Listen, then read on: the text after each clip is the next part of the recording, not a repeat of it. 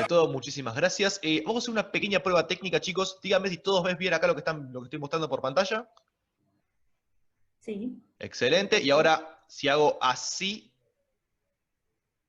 ¿siguen viendo todos bien? Sí, correcto. Excelente. Sí, te Buenísimo. ve bien. Bueno, ante todo, muchísimas gracias por la oportunidad. Es algo que siempre quise hacer. Me pasó una vuelta que un grupo de amigos míos tuvo la oportunidad de organizar charlas TED y a mí me cerraron la puerta y me quedé muy enojado. Y como diría, te lo resumo. Imagínate, se quedó sin charla TED. Así que bueno, acá tengo la oportunidad de exponer un poquito las cosas que yo pienso. Como en muchísimas actividades, ¿no es cierto?, que nos ha tocado en la materia, me toca exponer algo que me interesa, pero además que es una opinión muy arraigada que traigo hace mucho tiempo, y que en ese sentido es un honor. Así que antes de comenzar, les quería hacer un poco de hincapié. Bueno, mi charla se llama Aulas y Mercados. Alguno estará descubriendo que en realidad mi nombre completo es Gonzalo Tarnaruder, pero bueno, lo acorto porque nadie lo dice y así hago nombre artístico y chamullo un poquito, pero bueno. Aulas y Mercados se llama, ya van a ver por qué. No tiene demasiado secreto, igual creo que más de uno se lo estará imaginando, pero bueno, quería hacer hincapié antes de comenzar, esto previo totalmente a la charla, ya van a ver por qué, en este cuadro que decidí para esta oportunidad, que se llama School Kills Creativity, o como todos sabrán, la escuela mata la creatividad.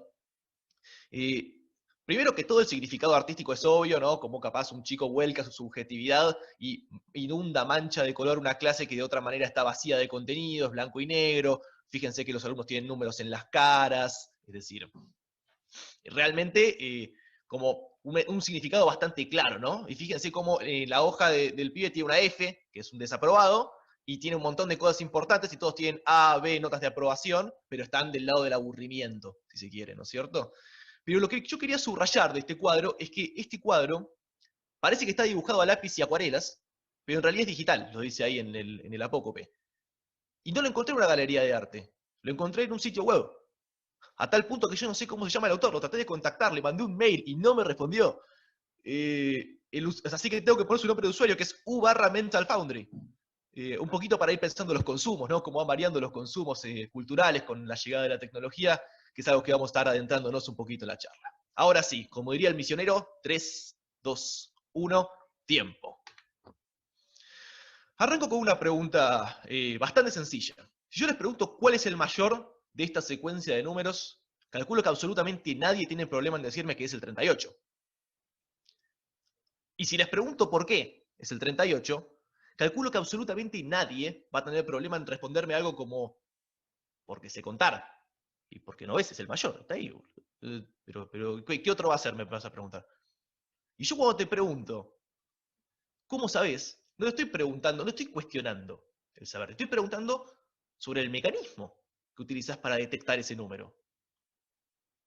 Y mucha gente no entiende a qué voy con eso. Muchos de mis alumnos, yo, profesor de programación, cuando les muestro este ejercicio, primero que todo me preguntan qué tiene que ver esto con programación. Y algo de razón tienen. Pero lo segundo, y lo más importante, es lo que les cuesta darse cuenta del mecanismo que tienen. Esto tiene que ver con algo que Piaget e Ingelder en su momento propusieron como los estadios cognitivos. Todos acá han cursado, y calculo más viniendo de la cátedra de Fernández Salazar, todos acá saben cuáles son los estadios cognitivos, pero bueno, después de que se pasa la reversibilidad de esquemas de acción, tenemos los estadios de operaciones formales y operaciones concretas. En las operaciones formales se llega a la abstracción de los esquemas de acción a tal punto de que muchas cosas se interiorizan tanto que ya casi se vuelven inconscientes los mecanismos. Uno no se da cuenta de ciertas cosas que hace. No se da cuenta de cómo se da cuenta que la palabra que está ahí es cuál. Ya sabe que es cuál, no tiene que ir leyendo letra por letra. ¿No es cierto? Ahora, si yo voy con un chico de las operaciones concretas, de la franja etaria entre 8 y 11 aproximadamente, va a tener que agarrar y decir, bueno, el 22. El 22 es más grande que el 2. Entonces el 2 descarto. Y también es más grande que el 8. El 8 descarto. Ah, no, pero pará, es más chico que el 38. Entonces me quedo con el 38, descarto el 22, y el 38 es más grande que el 15. Y así llegan a esa conclusión.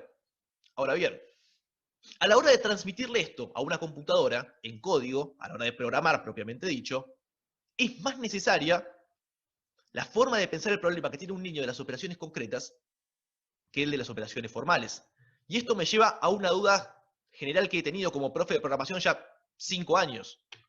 ¿Por qué? si el pensamiento para este tipo de aprendizajes del periodo de las operaciones concretas, nunca, jamás, 110% de mis alumnos grupales, particulares, que vienen para aprender porque quieren, que vienen porque lo necesitan para la escuela, para la universidad, nadie baja de los 16, 17 años, ni siquiera 17, 18 años de edad. No tiene ningún sentido, es una incoherencia absoluta. ¿Por qué estamos llevando un campo de saber, un campo de aprendizaje a un grupo que va a tener que deconstruir su forma de pensar para poder acceder a los razonamientos básicos más inherentes, más subyacentes de todo? Porque esta clase de ejercicios que yo les mostré anteriormente son la base de la base de la base de la base. Es lo que está en el fundamento de todo. No hay cosa más atómica que esa clase de saberes para poder después avanzar a lo que es un campo de saber vastísimo, como es la programación, que queda dentro de otro campo de saber todavía más vasto, que es la computación. Y tiene una razón de ser esto. Si ustedes van alrededor de las escuelas secundarias de la ciudad de Buenos Aires y en menor medida, lamentablemente, a lo largo de la República Argentina, se van a encontrar que muy pocas escuelas dan programación. Pero las que lo dan en polimodal y la mayoría en el último año como una materia, algunas como una electiva cuatrimestral, ¿no? Cuando las materias normalmente son anuales en la escuela obligatoria, en los dispositivos escolares obligatorios. Nunca jamás van a ver que estas cosas se enseñan a chicos de 8 o 11 años. ¿Por qué? Muy sencillo. La programación, las competencias de programación, están hiper demandadas en el mercado de trabajo. Hiper demandadas. Y esto tiene que ver con algo que proponía un autor que vimos en la cátedra que se llama Narciso Benvenaste. Narciso Benvenaste propuso, o mejor dicho, no propuso, porque el concepto no es suyo, pero sí habló muchísimo y criticó mucho el modelo de educación industrialista. El modelo escolar industrialista, basado en las ideas de Ford, Henry Ford y Taylor, que eran fabricantes de autos estadounidenses de la época de los años 40-50, bueno, Ford bastante anterior, pero eso ya queda para un segundo tema, en el cual lo que se privilegia es la eficiencia en una perspectiva de mercado. Los intereses del mercado, lo que el mercado necesita, lo que el mercado le viene bien, hablando mal y pronto.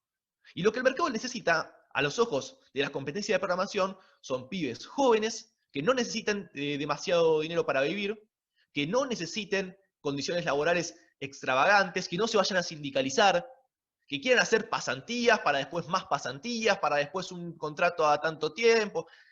Y recién dentro de 7 u 8 años de haber empezado a trabajar, recién ahí nos vamos a encontrar con que les ofrecen un contrato formal por una plata más o menos vivible. Eso es un interés de mercado. Es la educación puesta al servicio de los intereses del mercado de trabajo. Del mercado de trabajo, perdonen si otorgo a esta charla términos que están ideológicamente cargados, el mercado capitalista. Narciso Benvenaste propuso en el texto sobre educación que tenemos para la cátedra que la otra alternativa para transformar la educación es generar un nuevo modelo cuyo objetivo es un educando con formación universal contemporánea capaz de incluirse, pero también de incidir en el mercado de trabajo. Es decir, no se trata de que está mal que los chicos sepan cosas en secundaria que después las pueden llevar directamente al campo. El problema es a qué costo. Significa tener una capacitación instrumental, pero como aspecto de un desarrollo integral del educando que puede denominarse sujeto del conocimiento contemporáneo. ¿Y qué quiere decir esto? Yo acá les traigo a ustedes el ejemplo de programación, porque es un ejemplo palmario, alevoso, con el que yo me he encontrado un sinnúmero de veces y me sigo encontrando cada vez que me pongo a trabajar, una y otra vez, Pero en realidad esto aplica a toda la educación como un todo. Las competencias computacionales son las que merecen la mayor reformulación y en algún punto también tiene que ver con que la llegada es temprana todavía y que siempre hay dispositivos escolares reacios a cambiar o con problemas para adaptarse. Pero esto aplica a todas las competencias educativas.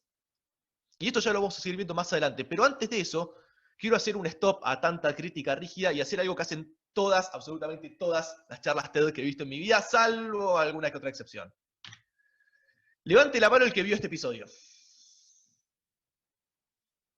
A ver, voy a pasar rápidamente por la grida acá, a ver si tengo alguna mano levantada. ¿Tengo alguna mano levantada? Ah, mira, no. Ah, sí, sí, Evelyn me salva, perfecto.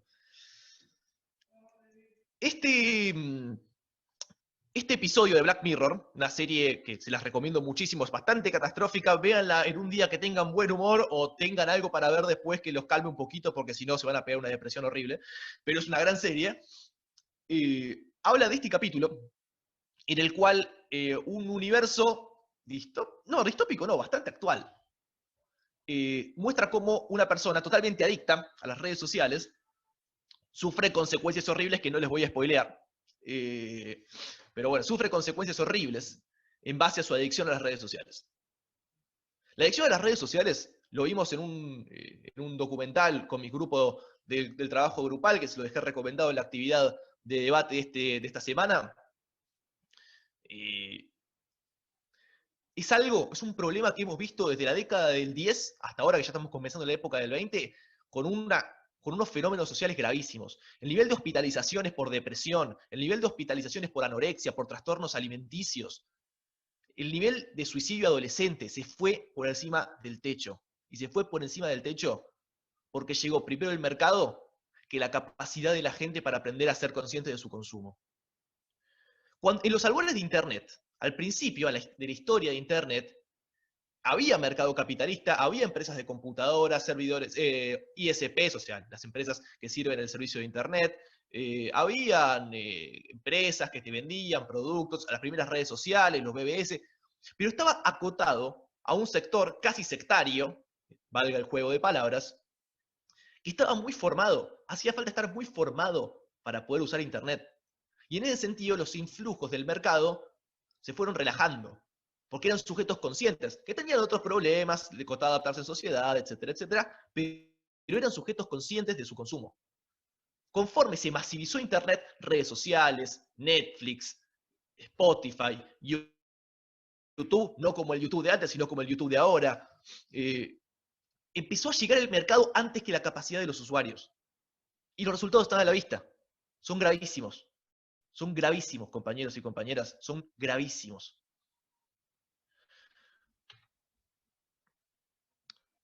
Y se relaciona con lo que decíamos anteriormente en esta última filmina que voy a mostrar. Jenkins, en un texto de Fernández Salazar, propone las New Skills como habilidades, destrezas, actitudes y valores esperables. Subráyese, póngasele un marcador, anótelo con palabras bien grandes, esperables en el aprendizaje y desarrollo de los jóvenes de este nuevo siglo. Yo vengo a polemizar con esta idea. Porque miren los ejemplos. Juego como capacidad de experimentar, juicio como habilidad de evaluar, performance como la capacidad de adoptar identidades alternativas para improvisar y descubrir. ¿Tiene sentido esperar esto de la juventud si no hay una educación que lo fomente? ¿O tiene sentido en realidad esperar cosas como la tasa de suicidios adolescentes que hemos visto por encima de las nubes? ¿Qué tiene más sentido esperar? La conclusión de todo esto, compañeros y compañeras, desde mi punto de vista, es que la educación no solo tiene el poder de transformar el mundo, que es una frase hecha y tribunera que hemos escuchado una y otra vez. La educación tiene la obligación moral, ética, social y política de transformar la sociedad que vivimos. No solo porque se puede, no solo porque se debe, sino porque ya está ocurriendo en un sentido negativo. Ya se está retrocediendo en ese campo. Y a pesar de que lo vemos todos los días enfrente de nuestras narices, no encontramos la solución. Ahora bien, ¿no encontramos la solución o no la queremos ver? Muchas gracias.